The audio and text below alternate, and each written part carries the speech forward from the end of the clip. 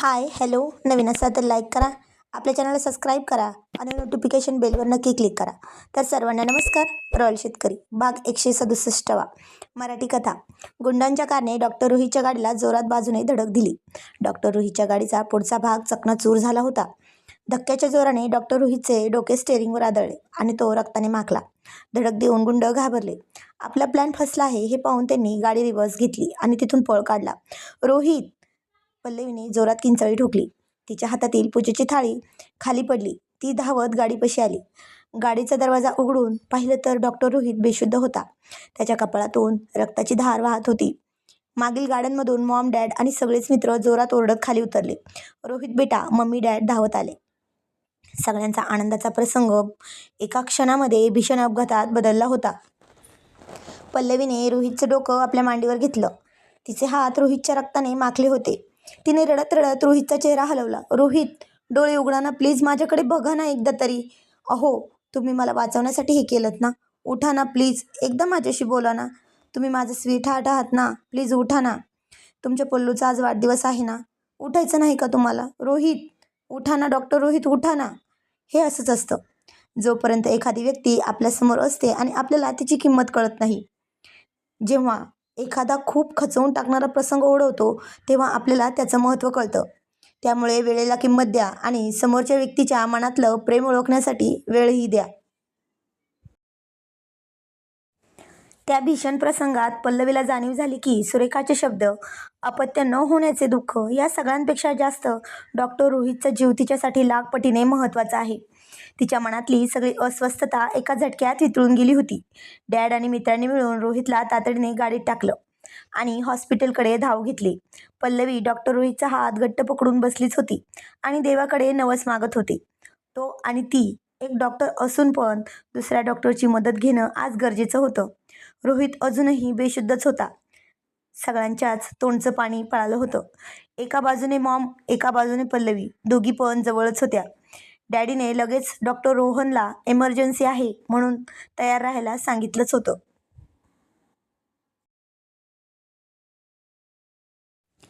हॉस्पिटलमध्ये पोहोचल्यावर डॉक्टर रोहनने सगळं रेडी करून ठेवलंच होतं. डॅडीसोबत पल्लवी आत निघाली तर डॅडी तिची परिस्थिती पाहून म्हणाले, बेटा तू नको आत येऊस, मी आहे ना. ते ऐकून तर पल्लवीला जास्तच रडू कोसळलं. एरवी पेशंटच्या नातेवाईकांना डॉक्टर रोहितपेक्षा जास्त धीर देणारी ती आज स्वतः त्याच्यासाठी धीर खचवून बसली होती. आणि तसं पाहिलं तर जर पेशंट डॉक्टरच्या घरचं पेशंट असेल ना, तर त्या डॉक्टरला परमिशन नसते ते हँडल करण्याची. का तर ते होणारे उपचार बघून व्यक्ती इमोशनल होणं साहजिकच असतं. सगळं व्यवस्थित पार पडलंच होतं. तिनं काही वेळानं शिवमला फोन केला. तिचा रडवलेला आवाज ऐकून शिवमला समजायला वेळ लागलाच नाही. तो अतुलसोबत हॉस्पिटलमध्ये हजर झाला. काही वेळाने डॉक्टर रोहितला शुद्ध आली. सगळे बघून भेटून जाऊ लागले. तेवढ्यात शिवम, अतुल आत आले. डॉक्टर पल्लवी पण त्यांच्यासोबत आत आली. तर शिवम म्हणाला, काय डॉक्टर रोहित आज? अहो, डॉक्टर असून पण स्वतः पेशंट होऊन बसलाय तुम्ही. अहो, निदान एक फोन करून कल्पना तरी द्यायची ना. बरं पल्लवी, तू सांगितले नाही तर हे डॉक्टर रोहित तर आम्हाला आपलं मानतच नाहीत. तर डॉक्टर रोहित हसून म्हणाला, तसं काही नाही पाटील, पण एवढं काय होईल याची कल्पनाच नव्हती हो. तर शिवम म्हणाला, पण आता लक्षात असू द्या, त्या सुरेखाने काय जरी हालचाल केली तर आम्हाला कळवा. आमच्या बहिणीसारख्या मैत्रिणीला होणारा त्रास आम्हाला सहन होणार नाही. चला निघतो आम्ही. आणि पल्लवी, काही गरज लागली तर निम्म्या रात्री जरी फोन केलास ना, तर क्षणात मदत हजर करेल, लक्षात असू दे. येतो आम्ही. तर डॉक्टर रोहित म्हणाला, खरंच मैत्री ही अशी असावी, नाहीतर ती सुरेखा. गोड गोड बोलून पाठीत खंजर खुपसलं तिने. त्या भयानक अपघातानंतर पल्लवीने स्वतः दिवस रात्र एक करून डॉक्टर रोहितची सेवा केली होती. तिच्या अथांग प्रेमामुळे आणि डॉक्टरांच्या प्रयत्नांमुळे रोहित आता पूर्णपणे बरा झाला होता. डॉक्टर पल्लवी नेहमीसारखीच हॉस्पिटलमध्ये येऊ लागली, राऊंडवर पण जाऊ लागली आणि डॉक्टर रोहितची खूप खूप काळजी घ्यायची ती. पण ती सतत सोबत असायची ना इथे, म्हणून डॉक्टर रोहितचं मन आता त्या पेशंटच्या बेडवरून घरी जाण्यासाठी होतच नव्हतं. पहिल्यांदा कुणाला तरी पेशंट होऊन भारी वाटत होतं डॉक्टर होण्यापेक्षा. डॉक्टर रोहन चेक करत म्हणला, रोहित सर, तुम्ही एकदम परफेक्ट ठणठणीत बरे झाले आहात, डिस्चार्ज देतो तुम्हाला. तर तो म्हणला, नाही, मला घरी जायचं नाही. आणि ते ऐकून तो म्हणला, सर अहो तुम्ही घरी नाही गेलात तर बाकीचे पेशंट बरे कसे होणार तुमचे? तर तो म्हणाला, मला त्याचं काय करायचं नाही. माझा डॉक्टर इथे येतो ना रोज, जो माझी काळजी घेतो ना, मग मी घरी काय करू? ती घरी नसते ना.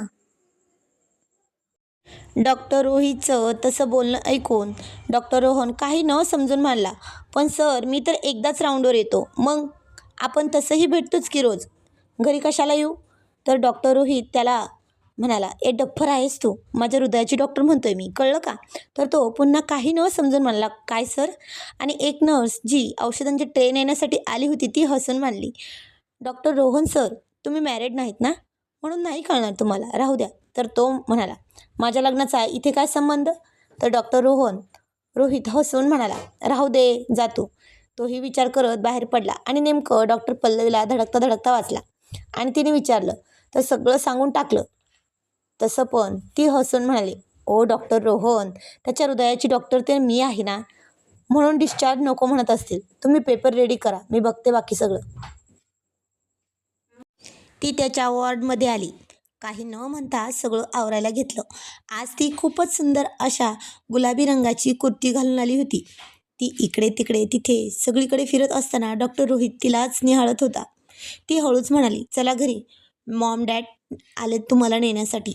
तर तो म्हणाला, तू नाही येणार का माझ्यासोबत? ती काहीच बोलली नाही. पण तिच्या अथांग प्रेमामुळे आणि आज डॉक्टरांच्या प्रयत्नामुळे रोहित आज पूर्णपणे बरा झाला होता. त्याला हॉस्पिटलमधून डिस्चार्ज मिळाला आणि तो मम्मी डॅडीसोबत आपल्या घरी परतला. पण पल्लवी अजूनही त्याच्यासोबत आली नव्हती. रोहित पूर्ण बरा होईपर्यंत ती सावलीसारखी त्याच्यासोबतच होती. पण तो ठीक होताच ती पुन्हा आपल्या माहेरी परतली. कारण तिच्या मनातल्या त्या स्वाभिमानाची लढाई अजून पण पूर्ण नव्हती. घरी आल्यावर रोहितला पल्लवीशिवाय एक एक क्षण घालवणं कठीण जात होतं. तो बेडवर पडून फक्त पल्लवीचाच विचार करत होता.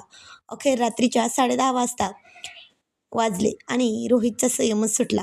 त्याने न राहून मोबाईल उचलला आणि पल्लवीचा नंबर डायल केला. तिकडे पल्लवी बेडवर पडून रोहितचाच विचार करत होती. तितक्यात तिचा फोन वाजला. स्क्रीनवर स्वीट हार्ट नाव पाहून तिच्या चेहऱ्यावरचं एक गोड हसू उमटलं. तिने फोन उचलला आणि कानाला लावला. हॅलो, पल्लवीने हळूच म्हटलं. हॅलो पल्लू, काय करतेस? तुझा नवरा इथे बेडवर एकटाच तडफडतोय. तुला जरा तरी काळजी आहे का गं माझी? रोहितने फोनवरून अत्यंत खट्याळ आवाजात तक्रार केली. पल्लवीचा चेहरा एकदम लाल झाला. ती लाजत म्हणाली, डॉक्टर रोहित, काय वेडेपणा आहे हा? मम्मी डॅडी आहेत ना तुमच्या घरी, तुमच्या सोबतीला, आणि आता तर तुम्ही पूर्ण बरे झाले आहात. अरे मॉम डॅड आहेत, पण माझी बायको कुठे आहे?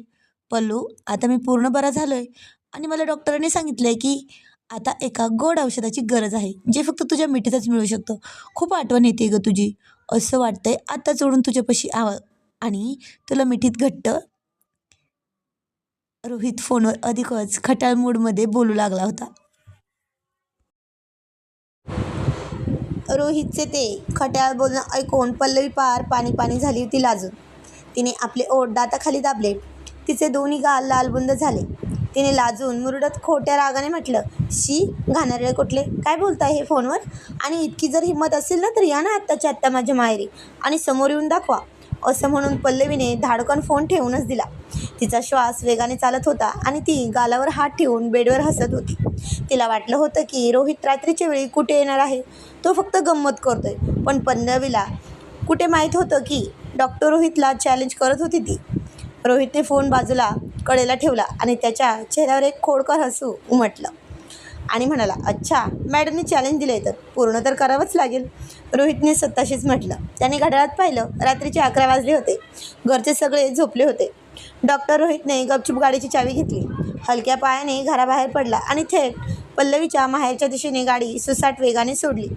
रात्रीच्या 11:15 वाजता रोहित पल्लवीच्या घराबाहेर पोचला. पल्लवीच्या बाहेरही फक्त आई असायची.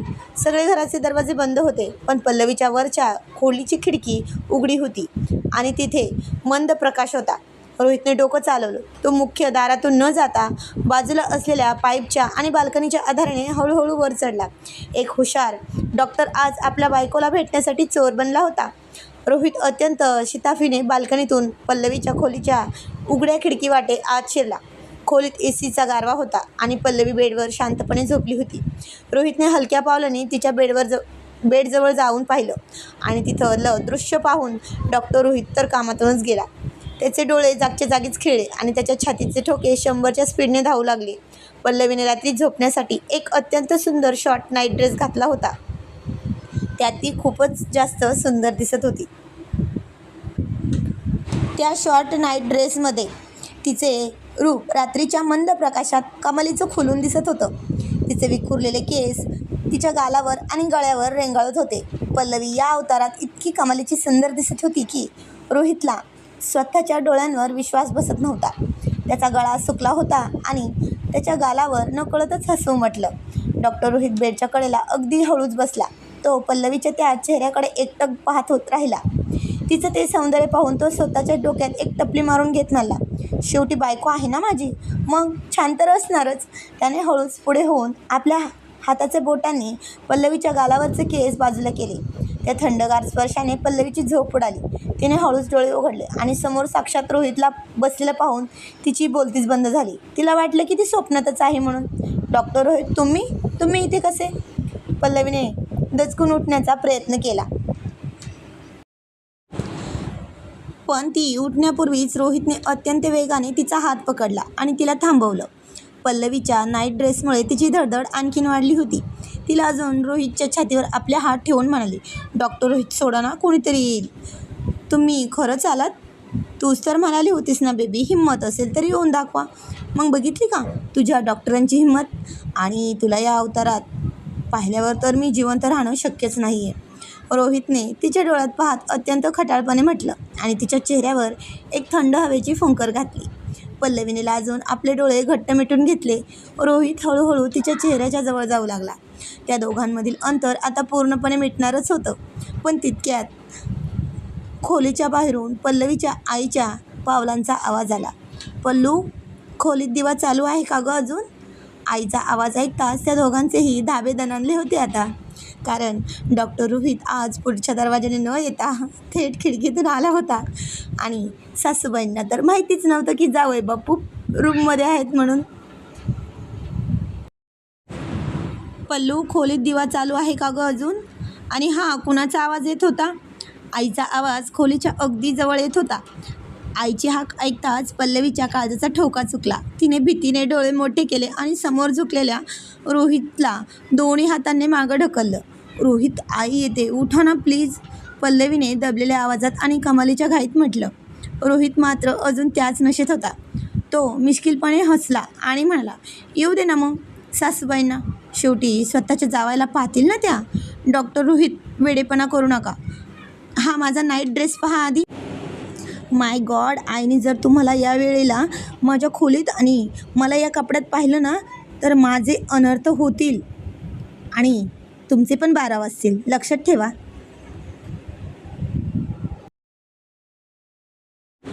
डॉक्टर रोहित, प्लीज कुठेतरी लपा ना. पल्लवीने ओढणी अंगावर ओढत भीतीने थरथरत रोहितचा हात पकडून त्याला बेडवरून खाली उतरवलं. खोलीच्या दरवाजाची कडी वाजली. खटखट खटखट. पल्लू, उठले आहेस का गं? आईने बाहेरून विचारलं. रोहितने खोलीत इकडे तिकडे पाहिलं. लपायला फार जागाच नव्हती. तितक्यात पल्लवीने त्याला थेट बेडच्या खाली जाण्याचा इशारा केला. एक सुप्रसिद्ध हँडसम डॉक्टर आज सासूबाईंच्या भीतीने सरपटत बेडच्या खाली गेला. तो खाली जाताच पल्लवीने बेडशीट व्यवस्थित खाली सोडली जेणेकरून तो दिसणार नाही. पल्लवीने कसाबसा आपला श्वास आवरला. चेहऱ्यावर झोपेचं सोंग आणलं आणि जाऊन दरवाजा उघडला. काय गं आई, एवढ्या रात्री? पल्लवीने डोळे चोळत विचारलं. आईने खोलीत संशयाने पाहिलं. अगं, मला वाटलं तुझ्या खोलीतून कोणाचा तरी बोलण्याचा आवाज आला आणि एवढ्या रात्री खिडकी का उघडी ठेवलीस? डास येतील ना बेटा, असं म्हणत आई खिडकी बंद करण्यासाठी पुढे सरकली. बेडच्या खाली पडलेल्या रोहितचा जीव टांगणीला लागला होता. कारण तो ज्या पाईपवरून वर चढला होता तो खिडकीतून साफ दिसत होता. पल्लवीने लगेच प्रसंगावधान राखलं. ती आईच्या समोर आली आणि म्हणाली, छे गाई, कोणीच नाही. मी फोनवर हॉस्पिटलचे व्हिडिओ पाहत होते, त्याचा आवाज असेल. आणि खिडकी मी बंद करते ना, जा ना तू झोपायला. बरं, काळजी घे स्वतःची. वाढदिवस झालाय तुझा आता. लवकर रोहितकडे सासरी परत जाण्याचा विचार कर. तो बिचारा एकटाच असेल तिथे. आईने पल्लवीच्या गालावरून मायाळू हात फिरवला आणि ती बाहेर पडली. पल्लवीने सुटकेचा श्वास सोडला आणि दारात दरवाजा आतून लॉक केला. दरवाजा बंद होताच बेड खालून एक मोठा सुस्कारा सोडण्याचा आवाज आला. पल्लवी बेडजवळ आली आणि खाली वाकून म्हणाली, या बाहेर आता. डॉक्टर साहेब. रोहित बेड खालून बाहेर आला. त्याच्या शर्टला थोडी धूळ लागली होती. तो कपडे झटकवत वैतागून म्हणाला, बापरे पल्लू, काय हा तुझा माहेरचा थरार. पेशंट मल्टिपल्स ऑर्गन्स ट्रान्सफर करतानाही मला इतकं टेन्शन आलं नव्हतं जितकं सासूबाईंच्या आवाजाने आलं ग. बापरे बेबी. डॉक्टर रोहितचा तो रडवलेला चेहरा आणि निरागस चेहरा पाहून पल्लवीला तिचं हसू आवरलंच नाही. ती बेडवर बसून दोन्ही हातांनी तोंड दाबून जोरजोरात हसू लागली. त्या शॉर्ट नाईट ड्रेसमध्ये हसताना ती इतकी गोड आणि विलोभनीय दिसत होती की रोहितचा सगळा वैताग एका सेकंदात पळून गेला. तो हळूच तिच्याजवळ गेला. अच्छा, हसू येते होय माझ्या अवस्थेवर, रोहितने विचारलं. मग काय, किती हँडसम डॉक्टर, आणि लपावे कुठे तर बेडच्या खाली. पल्लवीने त्याला अजून चिडवलं. पण रोहितनं वेळ न घालवता पल्लवीच्या हसत अगदी जवळ आला आणि तिला थेट स्वतःकडे खेचलं. पल्लवीचं हसू जागच्या जागी गोठलं. तिचे दोन्ही हात रोहितच्या मजबूत खांद्यावर स्थिरावले. हास्याचं कौतुक नंतर, आधी मला माझं गिफ्ट पाहिजे. तूच म्हणाली होतीस ना, हिंमत असेल तर या माहेरी माझ्या. मग मी आलो ना आता, चल दे माझं गिफ्ट.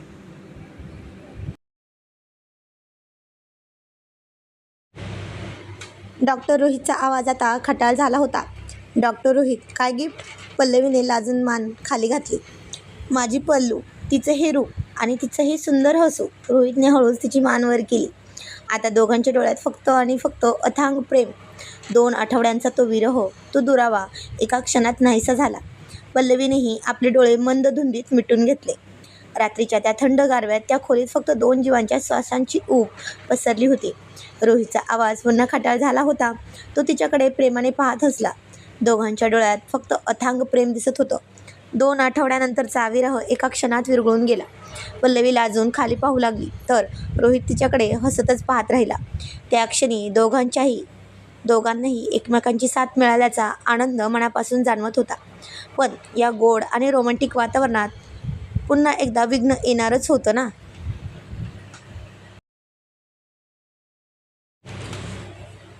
डॉक्टर रोहित तिच्या कानापाशी हळूच म्हणाला, बेबी, मला एक तुझी घट्ट मिठी हवी आहे.